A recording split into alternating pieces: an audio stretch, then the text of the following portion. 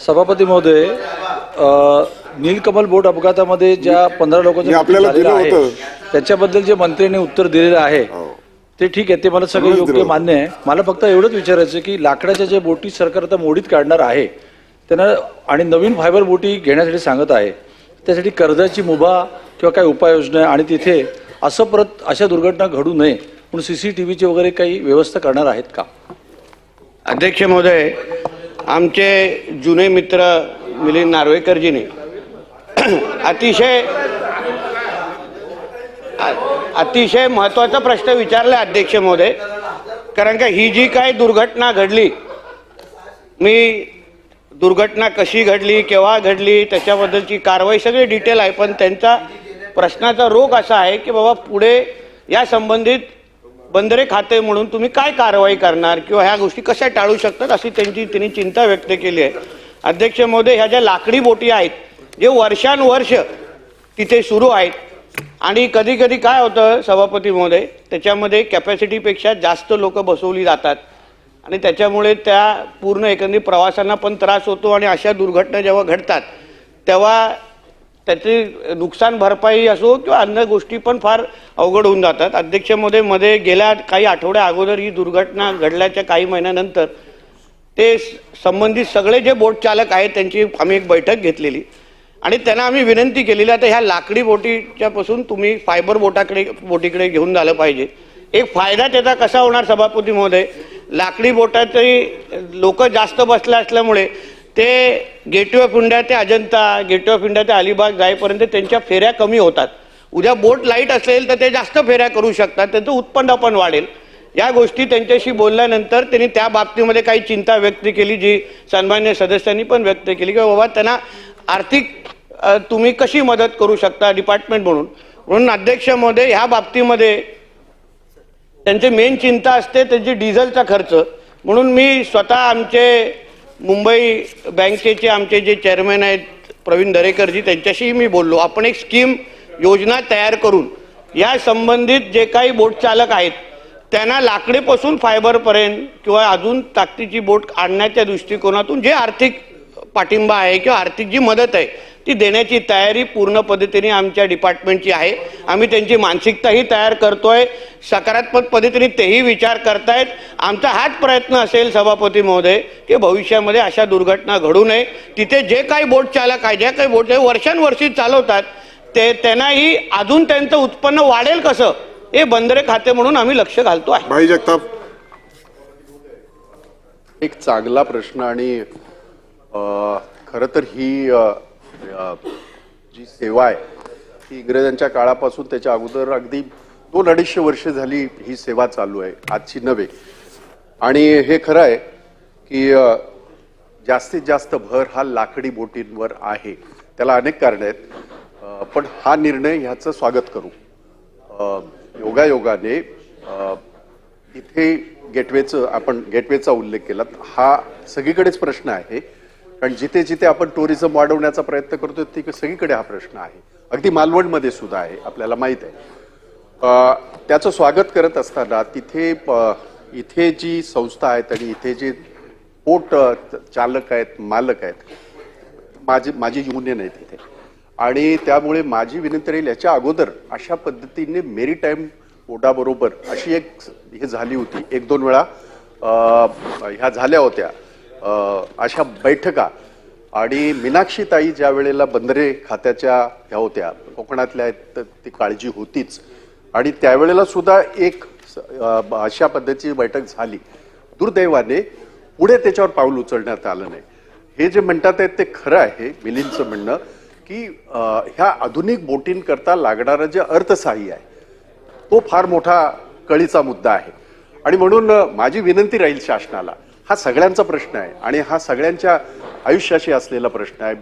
बरेच वेळेला एखादा ऍक्सिडेंट झाल्यावर आपण आपल्या भावना व्यक्त करतो, हळहळ व्यक्त करतो, परंतु त्याच्यात काही साध्य करता येत नाही. आणि म्हणून धोरणात्मक निर्णय घेऊन आपण ह्या सगळ्या एकाच वेळेला ते कन्वर्ट होणार नाहीत, काही कालावधी लागेल, परंतु अशा कन्व्हर्जन व्हायला सुरुवात झाल्यावर दुसरे सुद्धा ते करतील त्या दृष्टीने एक अशी बैठक, सामूहिक बैठक काही इथल्या आमदारांना, खालच्या आमदारांना बोलून घ्या, ज्यांच्याशी संबंध आहे. म्हणजे आपल्याला धोरणात्मक निर्णय घेताना हे ठरवता येईल. आपण मुंबई बँकेचा हे दिलात दाखला दिलात जो की योग्य आहे, परंतु नुसतं मुंबई बँकेचं नव्हे, कारण ह्या सगळ्या बँका पुढे यायला पाहिजेत.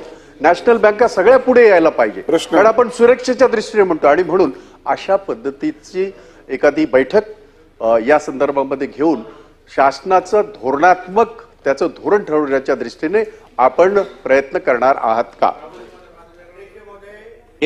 ज्येष्ठ सदस्य आमचे भाई जगतापजींनी जे काही उल्लेख केला त्याची प्रक्रिया सभापती महोदय आम्ही सुरू केलेली आहे. प्राथमिक काही लोकांबरोबर बैठक घेतलेली आहे. आपण जसं बोलता त्या संबंधित सगळ्या जणांना एकत्र करून, कारण का हा एकदाच विषय होणार आहे, हा परत परत होणार नाही. हे जे काही लाकडी बोटी घेतलेले आहेत ते वर्षानुवर्ष पिढ्यानपिढीच्या अगोदरचे आहे.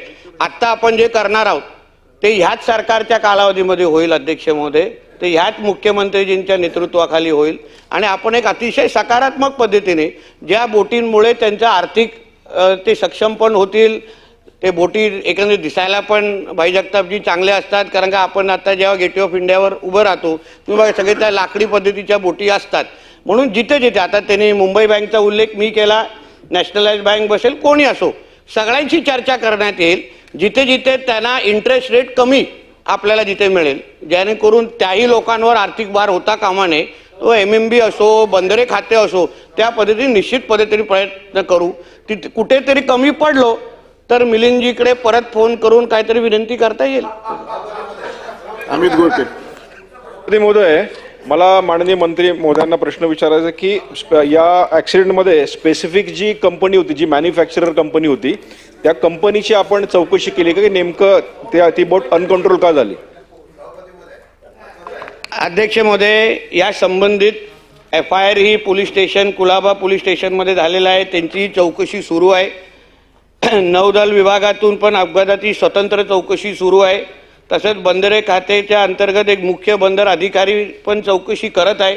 थोडा अध्यक्ष महोदय, एकदा चौकशी संपल्यानंतर संबंधित रिपोर्ट मी पटलावर ठेवेन. शिंदे, मला वाटतं की हा स्पीड बोटचा जे आहे अपघात झाला तो विथ शूटिंग आहे. शूटिंगमध्ये शूटिंग झालेली आहे, सगळीकडे ती प्रसिद्ध झालेली आहे. हा अपघात झाला पण तो हलगर्जीपणामुळे झालेला आहे. नौदलाच्या बोटीने ज्या पद्धतीने बेजबाबदारीपणाने ज्या पद्धतीने ती बोट केली आणि त्यामुळे ह्या लोकांचा मृत्यू झालेला आहे. त्यांनी प्रश्न विचारलेला आहे. याच्यावर आपण आता FIR दाखल केला आहे. नौदल चौकशी करते आहे, पोलीस स्टेशन चौकशी करते, त्याला लिमिटेशन असेल. ज्यांनी केलंय त्यांच्यावर तुम्ही कारवाई केली का, त्यांच्यावर गुन्हा दाखल केला आहे का, हा पहिला प्रश्न. दुसरा प्रश्न, या संदर्भामध्ये नौदल आणि यांच्या चौकशीमध्ये अहवालामध्ये काय निष्कर्ष आलाय याच्याबद्दल आपल्याला माहिती आहे का? शशिकांत शिंदेजीने उल्लेख जो केला सभापती महोदय, त्या संबंधित ड्रायव्हरवर FIR लॉन्च केलेला आहे. कारवाई सुरू आहे. आपण जे काही अहवाला संदर्भात बोलतोय, जसं मी आपल्याला बोललो, चौकशी सुरू आहे ह्या दोन्ही 3 डिपार्टमेंटच्या माध्यमातून. कदाचित पुढच्या आपल्या जुलैच्या अधिवेशनापर्यंत नाही 9-3 मला वाटतं चौकशी सुरू आहे. चौकशी झाली ना, त्याच्यावर अटक झाली, तिकडल्या तिकडेच अटक केली. आता त्या संबंधित चौकशी, नेमकं शिक्षा कशी झाली पाहिजे, किती झाली पाहिजे, त्या संबंधितची एकंदरीत चौकशी सुरू आहे. कदाचित जुलैच्या पावसाळी अधिवेशनापर्यंत रिपोर्ट येईल, तो मी सादर करतो इथे. लास्ट सचिन आहेत. महोदय, जागतिक स्तरावरती आपण जर बघितलं असेल की ज्यावेळी कोस्टल असलं तर ही जबाबदारी, ही सर्व्हिस ही आपण देणं गरजेचं आहे. परंतु आता हे प्रायव्हेट पार्टिसिपेशन करतोय. आणि म्हणून माझा स्पेसिफिक प्रश्न असा आहे की जसं भावच्या धक्क्यावरून घेऊन आता आपण जेटी स्टार्ट्स केलेले आहेत, पावसाळ्यात पण अलिबागला जाता येईल, ह्याला इन्फ्रास्ट्रक्चरच नाही आहे मुळात. त्यामुळे मोठा प्रश्न पण निर्माण होतो. आणि म्हणून एक की आपण इन्फ्रास्ट्रक्चर आता ऐकतोय का आम्ही रेडिओ क्लबच्या बाजूला आपण काहीतरी जेटी आपण मांडणार आहात, पण तिकडे स्थानिकांचा विरोध आहे किंवा काय, तर ते इन्फ्रास्ट्रक्चर आपण मांडणार आहात का, हा झाला एक भाग. ही जी घटना घडली का, कारण नौदलांचा तिकडे सर्वे असतो किंवा त्यांचा राऊंड असतो, त्यामुळे होत आहेत. त्यांचा झोन आणि हा झोन मिसमॅच होतो आणि म्हणून एलिफेंटा असेल किंवा बाकीच्या याला जाणारे बोट जे आहेत त्यामुळे या घटना होतात. ते होऊ नये यासाठी ह्यांना वेगळं रूट आपण भविष्यकाळामध्ये आपण काय तयार करणार आहोत का?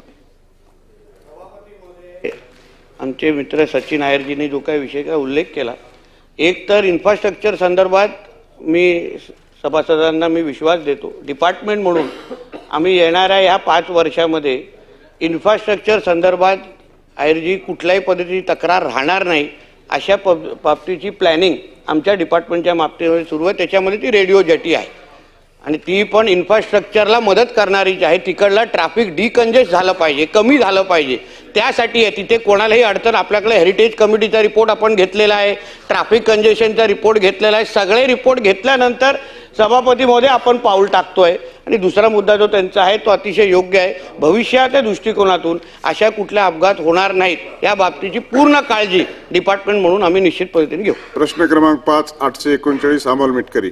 क्रमांक 5 839.